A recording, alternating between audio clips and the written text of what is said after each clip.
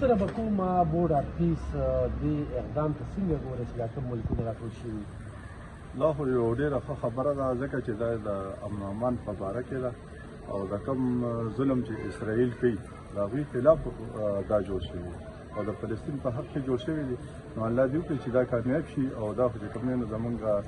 څومره کریډټ چې کوم دی زمونږ آرمي ته ځي زمونږ وزیر اعظم ته ځي زمونږ وفاقي کابینې ته ځي دا خو یو ډېره ښه خبره چې هلته زمونږ کوم کمانډوز دي هغوی کښېني ډاکټران دي هغوی کښېني انجینران دي هلته کښېني چې یو صحیح طریقې سره د فلسطین د غزا چې کوم دی یو ښه طریقې سره ښه کار وشي نو دا ډېره ښه خبره دا کوم خلک چې پروپاګانډې کوي چې تسلیم یې کړل او دا کړل دا څه دي حقیقت دی لکه تسلیمون خو چې کوم دی نو دلته وفاق څه اعلان نه دی کړی نو چې موږ یې تسلیمو هغه خو چې کوم دی زمونږ جرنیل صاحب او زمونږ وفاقي کابینه بار وایي چې زمونږ د کم د 73 آیین نه راواله تر اوسه پورې موږ زمونږ په پاسپورټ کې دا دی چې دا موږ هېڅ چېرې دوی نه تسلیموو پروپاګانډا دا هسې ګپ شپ دی دا چې کوم دی دا سیاسي ایشو ده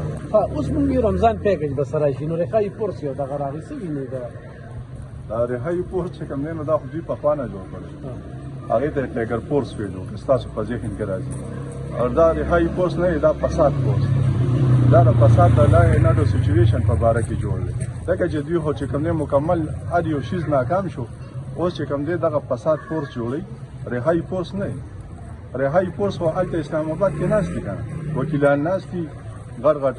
سکالران ناست دي غټ غټ پروفیسران ناست دي هغوی سره کښېني هغوی سره